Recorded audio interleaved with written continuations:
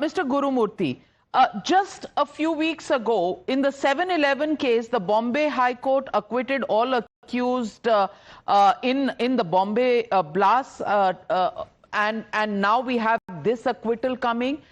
In the Bombay blast case, when the Bombay High Court has acquitted people, Asaduddin Owaisi said the government of India, the NIA, should pay them, some amount of damage for the time that they spent in prison, despite none of the evidence working out. And today, in the Malegaon case, when people have been acquitted, he says, will the government of India appeal? So is this only about politics of a certain kind, politics of appeasement? That is the currency that every political party that calls itself secular follows in India? See, so far as Owaisi is concerned, I don't expect any other statement from him. But not condemning Owaisi for taking that position in the Bombay blast and a different position in Malegaon blast case is wrong. The secular parties must condemn him. You take the same position on both because they don't themselves take the same position. So Owaisi's position is the secular position, secular party's position in India.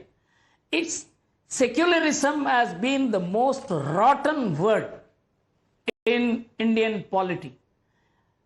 Nothing has been more lavishly misused against the Hindus, against the nation, against national security, against even the Constitution of India than the word secular, though it is in the Constitution itself from 1976. And all this has been remedied partly by the people of India and partly by the Supreme Court in the Hindutva judgment in 1995. Otherwise, the whole national soul, which rests on thousands of years of tradition, values, culture, ethos, way of life, as the Supreme Court, I am using the words which the Supreme Court said in the Hindutva judgment, would have been completely lost. Even now, the remnants of that is sought to be narrated through the word secular, unless the word secular is replaced by Sarva Pantha Samabhava. All religions are equal.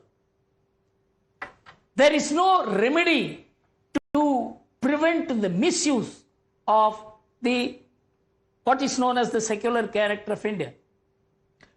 So, Mr. Gurumurthy, the court today observed that mere suspicion cannot lead to conviction. It also said that unauthorized phone interceptions, defective prosecution sanctions were used in this entire case.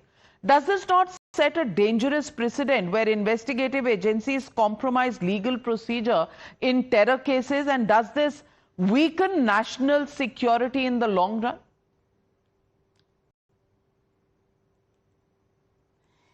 You see, this misuse of investigation for political purposes started during Indira Gandhi's time. You know, in Samastipur blast case, where they involved Ananda Margis, it was proved Arun Shoury's great effort in the Indian Express and the subsequent judgments which came, inquiries which were made, they retained the incidents but changed the persons who were involved. There were persons involved who were close to the PMO and their names were removed, and the Ananda Margi names were brought in. They were in jail for 30 years, and finally it was proved that the case was fake. So this misuse of investigation is not only, you see, you can say there is no case proved against A, but who did it if you don't investigate? It is not a mere suspicion. It is a case of completely destroying the prosecution. That is what has happened in Malegaon, and openly in Samjhota. In Samjhota, all the evidence was available that X group is responsible. You cast aside the whole thing and substitute it with Y group and say there is no proof against Y group. If you don't investigate X group's involvement, you will only acquit the Y group on suspicion. It's not a mere case of faulty investigation.